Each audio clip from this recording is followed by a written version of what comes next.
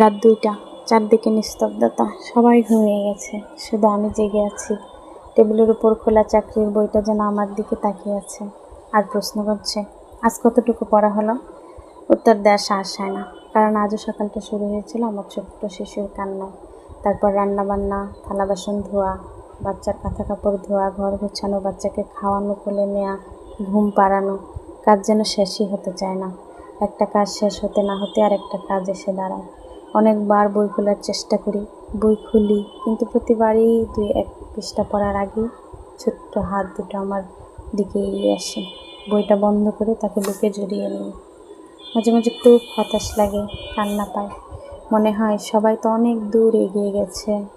কেউ চাকরি পেয়েছে, কেউ কেরিয়ার গড়েছে, কেউ নিজেকে গুছিয়ে নিয়েছে। আর আমি এখনও একই জায়গায় দাঁড়িয়ে আছি।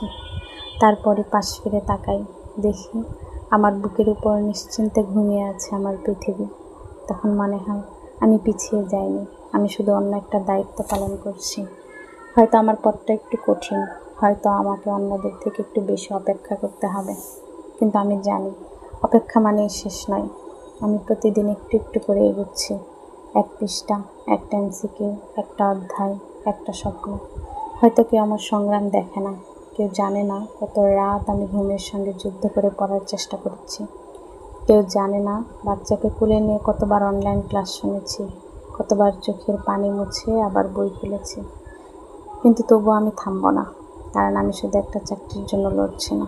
আমি লড়ছি আমার সন্তানের ভবিষ্যতের জন্য। আমি লড়ছি আমার নিজের পরিচয়ের জন্য।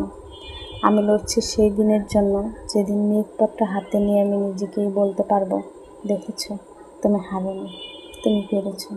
তোমার এত কষ্ট, এত সংগ্রাম বৃথা যায়নি। একজন মায়ের কাছে চাকরির প্রস্তুতি শুধু একটি পরীক্ষার প্রস্তুতি নয়, এটি নিজের স্বপ্নকে বাঁচিয়ে রাখার লড়াই। এটি সন্তানের জন্য একটি নিরাপদ ভবিষ্যৎ করার চেষ্টা।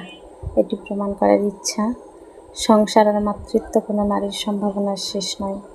হয়তো আজ পড়া শেষ হলো না, হয়তো আজকের পরিকল্পনা ভেস্তে গেল, তবুও হাল ছেড়ে দেওয়ার কোনো কারণ নেই। কারণ ছোট ছোট নিয়মিত প্রচেষ্টা একদিন বড় সাফল্যের ভিত্তি তৈরি করে। যারা একাই সংসার সামলান, সন্তানকে বড় করেন, আবার চাকরির স্বপ্ন দেখেন, আপনারা দুর্বল নন। আপনারা প্রতিদিন এমন একটি সংগ্রাম করেন যার মূল্য শুধু ফলাফল দিয়ে নয়, সাহস দিয়ে মাপা উচিত।